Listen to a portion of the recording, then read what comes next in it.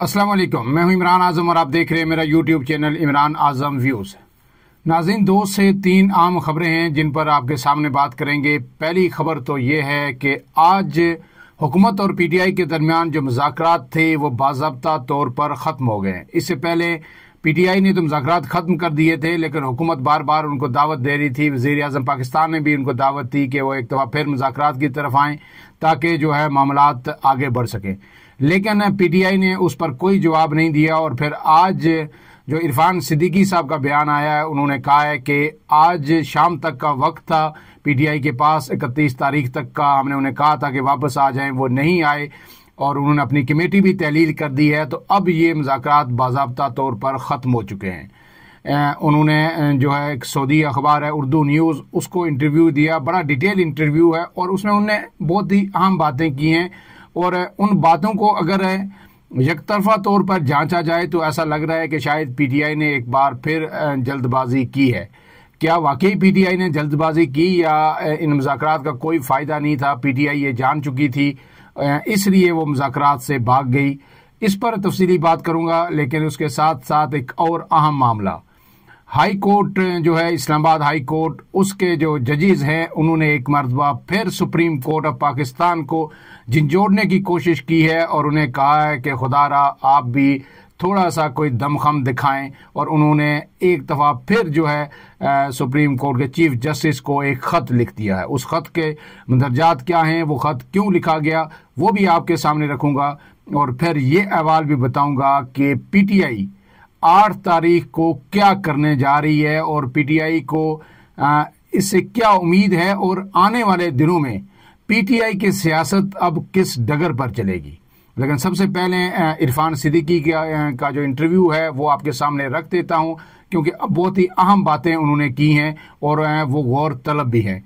उन्होंने जो उर्दू न्यूज़ है अखबार, उसको इंटरव्यू दिया और उसमें उन्होंने बाज़ाब्ता तौर पर पीटीआई के साथ मुज़ाकरात ख़त्म करने का ऐलान किया, लेकिन उसके साथ उन्होंने कई अहम नुकात भी उठाए जो आपके सामने रखना ज़रूरी है। वो मैं आपके सामने पढ़ देता हूँ, फिर दूसरी आम खबरों पे आता हूँ। जनाब इरफान सिद्दीकी ने, जो हुकूमती कमेटी के ये तर्जमान भी थे, सेनेटर हैं नून लीग के, उन्होंने आज बाज़ाब्ता तस्दीक कर दी है मुज़ाकरात के ख़त्म होने की। और सऊदी अखबार को इंटरव्यू में इरफान सिद्दीकी ने कहा कि पीटीआई के साथ मुज़ाकरात का सिलसिला ख़त्म हो चुका है। पीटीआई का वाहिद और हकीकी मुतालबा इमरान खान और दीगर रहनुमाओं की फौरी रिहाई थी, जिसका रास्ता यही है कि वो वज़ीर आज़म से कहें कि सदर को उनकी सज़ा माफ़ करने की सिफारिश करें, यानी इमरान खान की सज़ा माफ़ करने की सिफारिश वज़ीर आज़म पाकिस्तान सदर पाकिस्तान को करें। यही एक तरीका है कि इमरान खान रिहा हो सकते हैं, ये इरफान सिद्दीकी का कहना है। मज़ीद उन्होंने कहा कि पीटीआई के चार्टर ऑफ डिमांड में बहुत से मुतालबात ऐसे थे जिनकी बुनियाद पर एतमाद साजी हो सकती थी। उनमें से बहुत से मुतालबात पर हमने गौर कर लिया था। जुडिशल कमीशन बनाने के मुतालबे पर भी रेड क्रॉस नहीं लगाया था। ये बहुत ही अहम बात वो कर रहे हैं। और साथ उन्होंने कहा कि हमारे वकला का मशवरा था कि जब मामलात अदालतों में हों तो उस पर जुडिशल कमीशन नहीं बन सकता। उन्होंने कहा कि इसके बावजूद हमने 2 टोक जवाब देने के बजाय ये सोचा था कि हम ये जवाब देंगे कि हमारे वकला की ये राय है, आप अपने वकला को बुला लें, वो भी अपनी राय दें, हमें कायल करें और हम मिलकर बीच का कोई रास्ता निकालें। ये वो कह रहे हैं उस कंटेक्स्ट में कि पीटीआई चौथे राउंड में आई ही नहीं। अगर वो आ जाती तो हम उनके सामने बाज़ाब्ता तौर पर ये चीज़ें रखते और उसमें जुडिशल कमीशन बनाने की राह भी निकल सकती थी। अगर जुडिशल कमीशन पे हम कन्विंस ना होते, पीटीआई हमें कन्विंस ना कर सकती तो फिर हम ये करते कि कोई पार्लिमानी कमेटी की तरफ जा सकते थे। इसके बाद उन्होंने कहा कि इत्माद साजी के हवाले से भी हमने बहुत सी चीज़ों पर काम कर लिया था और इसको हमने एक वर्किंग पेपर का नाम दिया था जिसकी तराश खराश मुमकिन थी। और अगर वो आते और बैठते तो उनके लिए इसमें कई एक इत्मीनान बख्श चीज़ें थी। उन्होंने कहा कि बुनियादी तौर पर पीटीआई के इसके बाद जो है आगे उनका लबो लहजा थोड़ा सा सख्त हो गया। पीटीआई से वो नाला है कि वो मुज़ाकरात से क्यों भागी।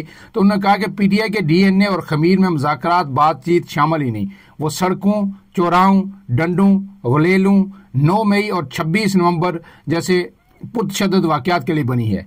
उन्होंने कहा कि पीटीआई कमेटी ने इमरान खान, शाह महमूद कुरैशी, उमर चीमा, एजाज चौधरी, यास्मीन राशिद और महमूद रशीद का नाम लेकर रिहाई का मुतालबा किया। ये नाम लिखे नहीं लेकिन बोलकर कहा। कि आप इनकी रिहाई में सहूलतकारी करें। इसके अलावा उन्होंने दीगर कैदियों की रिहाई का भी कहा। यह उनका वाहिद मुतालबा था। जुडिशल कमीशन और दीगर बातें बेमानी और सानवी थी कि वो बेसिकली ये चाहते थे कि इमरान खान की रिहाई के लिए हुकूमत सहूलतकारी करे और ये तमाम लोग रिहा हों। जुडिशल कमीशन या दूसरी चीज़ें ये सिर्फ जो है दबाव की एक टैक्टिक्स थी, तो इसलिए इनके पीने में ज़्यादा इनमें कोई वज़न नहीं था। अब वो आगे ये कह रहे हैं कि तहरीक इंसाफ पाकिस्तान की तारीख का एक मुनफरिद अजूबा है। ये खान नहीं तो पाकिस्तान नहीं के नारे की अमली तस्वीर है जो अफसोसनाक है। इसके बाद जनाब इरफान सिद्दीकी साहब ने पीका तरमीमी एक्ट पे भी बात की और इसमें उन्होंने ये कहा कि इसमें मेरा मौक़िफ़ अपनी पार्टी से मुख्तलिफ था, लेकिन ज़ाहिर है जब किसी पार्टी के अंदर रहना होता है तो फिर उसकी पॉलिसी को फॉलो करना होता है, बासूरत दिगर आप उस पार्टी से अलग हो जाए। तो इस पर इरफान सिद्दीकी साहब कहते हैं कि ज़ाती तौर पर मैं समझता हूँ कि वसी तर मुशावरत होनी चाहिए थी, राय लेनी चाहिए थी और साफ़ियों के तफज़ात दूर करने चाहिए थे। इस कानून की जद में वो लोग आएंगे जो जदीद टेक्नोलॉजी के ज़रिए लोगों की गंदी वीडियोस बनाते हैं। सहाफ़ी जो है, जो जेन्युइन सहाफ़ी हैं, वो इसमें नहीं आएंगे। उन्होंने कहा है कि मैंने वज़ीर-ए-आज़म से बात की है कि सहाफ़ियों की बात सुनकर उनके तहफ़्फ़ुज़ात ख़त्म करते हुए कानून में तरमीम करनी चाहिए। हम इस पर काम कर रहे हैं और मैं ज़ाती हैसियत में अपनी ज़िम्मेदारी से बढ़कर इस पर काम करूंगा। गोया जो पूरे मुल्क में पीका ये कानून है, इसके खिलाफ एहतजाज हो रहा है। PFUJ पूरे पाकिस्तान में तक जो है एहतजाज कर रही है। इस्लामाबाद में भी आपको पता है कि भरपूर एहतजाज हुआ था, कराची में, लाहौर में, हर जगह हो रहा है। और ये एहतजाज जो है ये इसका दायरा कार बढ़ता जाएगा, ये कम नहीं होगा। उसकी वजह यह है कि पीका जो कानून है उसके तमाम नकात तफसीली तौर पर मैंने अपने वीडियो में आपके सामने रखे थे। अब किसी के लिए ज़्यादा बोलने की कोई गुंजाइश नहीं रहेगी।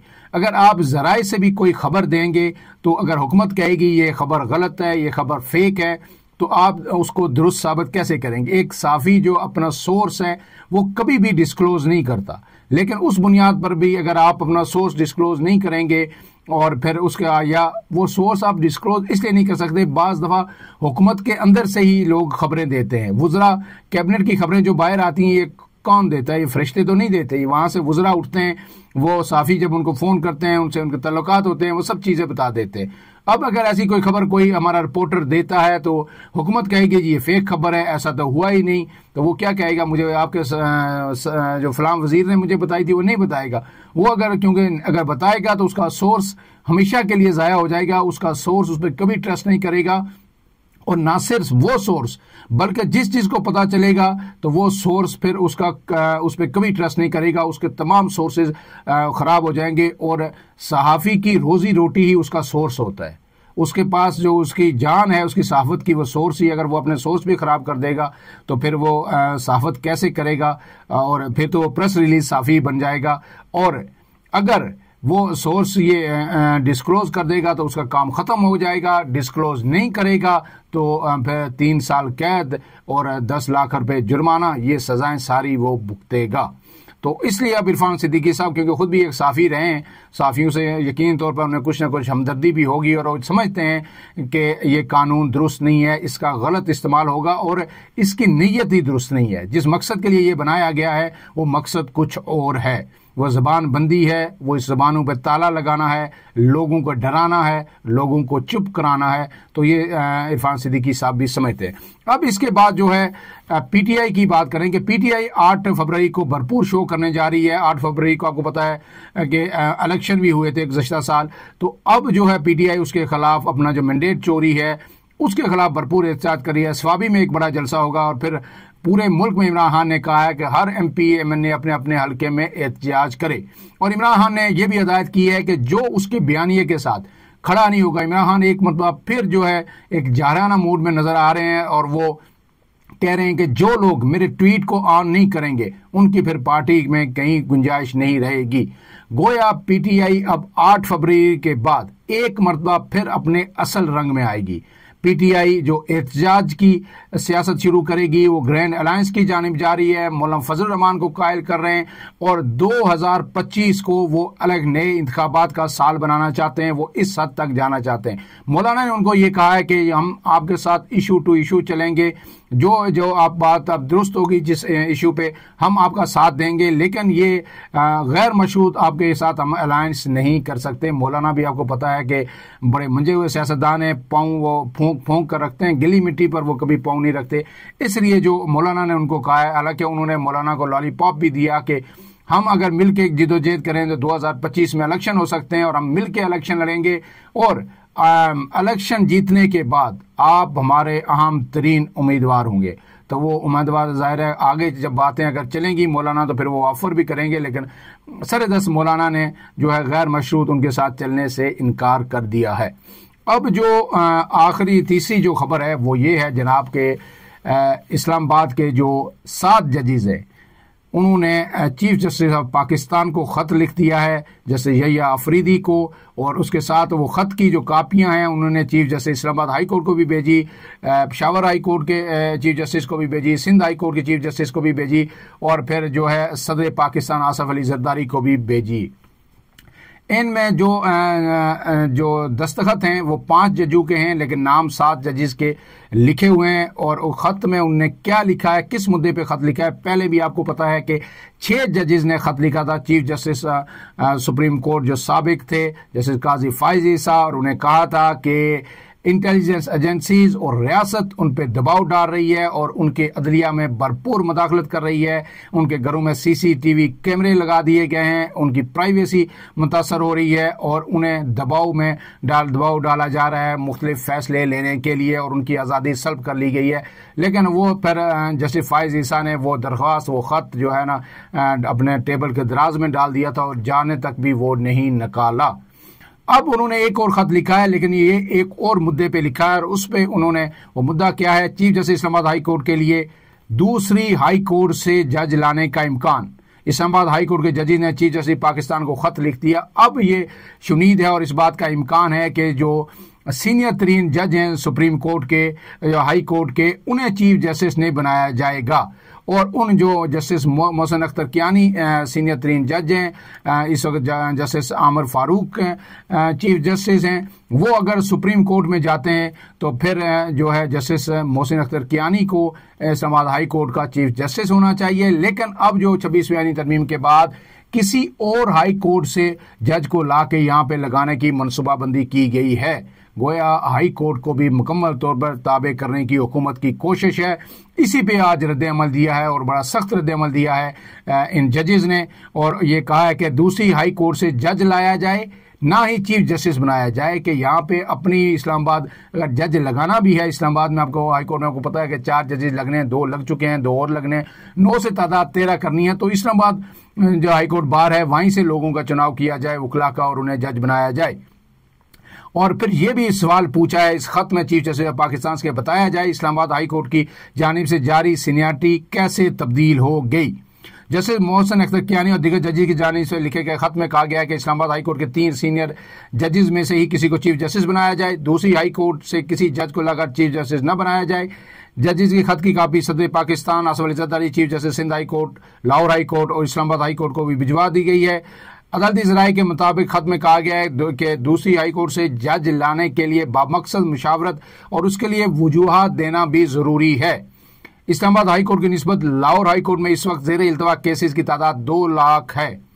और इसके बाद जनाब आगे जो बता दूं कि ये जो खत है इस पे जो दस्तखत जो ने किए हैं, जिन लोगों ने लिखा है उनके वो जजेस हैं जनाब justice Mohsin Akhtar Kiyani, justice Tariq Jahangiri, justice Babar Sattar, justice Sardar Ejaz और जस्टिस समन रिफत इम्तियाज के नाम शामिल हैं। इन 5 जजों के उस खत के ऊपर दस्तखत हैं, जबकि 2 जो जजेस हैं जस्टिस मियां गुल हसन औरंगजेब और जस्टिस अरबाब मोहम्मद ताहिर ने दस्तखत नहीं किए, मगर उन जजेस के नाम भी मौजूद हैं। अब ये आने वाले दिनों में एक नया पेंडोरा बॉक्स खुलेगा और एक नई जंग का आगाज होगा। एक मतलब फिर अदलिया के दरमियान ये जजेस तो चुप होकर बैठने वाले नहीं हैं। अगर बाहर से चीफ जस्टिस आएगा इस्लामाबाद हाई कोर्ट का तो एक नया तनाज़ा शुरू हो जाएगा। और आखिरी बात जो आपको बता दूं कि वज़ीर आज़म साहब ने आज जो कफ़ायत शारी की आला तरीन मिसाल कायम की, जिसके लिए हर बार हर मीटिंग में हर जलसे में वो कहते हैं कि हम कफ़ायत शारी कर रहे हैं, सरकारी ख़जाने को बचा रहे हैं, अवाम भी कुर्बानी दें। तो उन्होंने जनाब ये किया है कि अराकीन पार्लियामेंट की तनख्वाहों और मरात में 200% से ज़ायद इजाफे की मंजूरी दे दी है। और ये जो वज़ीर आज़म शहबाज शरीफ ने कौमी असम्बली और सेनेट की फाइनेंस कमेटियों की सिफारिश पर यह मंजूरी दी है। मंजूरी के बाद अरकान इस्लामी असम्बली की तनख्वाह में इजाफा 1 जनवरी 2025 से लागू होगा और रवां माह से हर रुकन असम्बली को 5,19,000 रुपये तनख्वाह मिलेगी। स्पीकर और डिप्टी स्पीकर कौमी असम्बली की तनख्वाहें नहीं बढ़ाई गई, वह भी 2,18,000 रुपये माहाना ही वसूल करेंगे। स्पीकर और डिप्टी स्पीकर कौमी असम्बली और चेयरमैन सेनेट और डिप्टी चेयरमैन सेनेट की तनख्वाहें फाइनेंस कमेटी नहीं बढ़ा सकती। ये कानूनी तकाजा है, नहीं तो उनकी भी बढ़ जाती और बढ़ जाएंगी, उसके लिए दूसरे तरीके से आएंगे और उनकी भी बढ़ेंगी। ये नहीं हो सकता कि वो 2.5 लाख लें और दूसरे 5 लाख लें। फाइनेंस कमेटी का ये इख्तियार नहीं है कि चेयरमैन और डिप्टी चेयरमैन सेनेट और स्पीकर और डिप्टी स्पीकर की तनख्वाहें बढ़ा सके। अब जो है अरकान पार्लियामेंट माहाना इससे पहले 1.5 लाख तनख्वाह जबकि 38,000 दीगर अलाउंस की मद में वसूल कर रहे थे, और जो अब 5 लाख हो गई है। और अहम बात यह है कि माशाल्लाह माशाल्लाह इसमें पीटीआई ने भी भरपूर साथ दिया, कोई चूं चरा अपोजिशन ने की। इस तरह तो आपको पता है कि कोई इजलास वो होने नहीं देते। कौमी असम्बली सेनेट का नारे एजेंडे की कापियां फाड़ के फेंक देते हैं और कहते हैं कि हमसे बड़ा इस मुल्क का हमदर्द कोई नहीं है।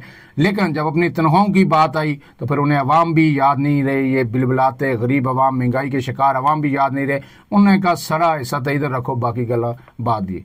इसलिए अब सब जो लोग हैं आहिस्ता आहिस्ता ये लोग भी एक्सपोज हो रहे हैं और अवाम इनको अच्छी तरह जानती है। फिलहाल के लिए इतना ही। अपने मेज़बान इमरान आज़म को इजाज़त दीजिए। अल्लाह हाफिज़।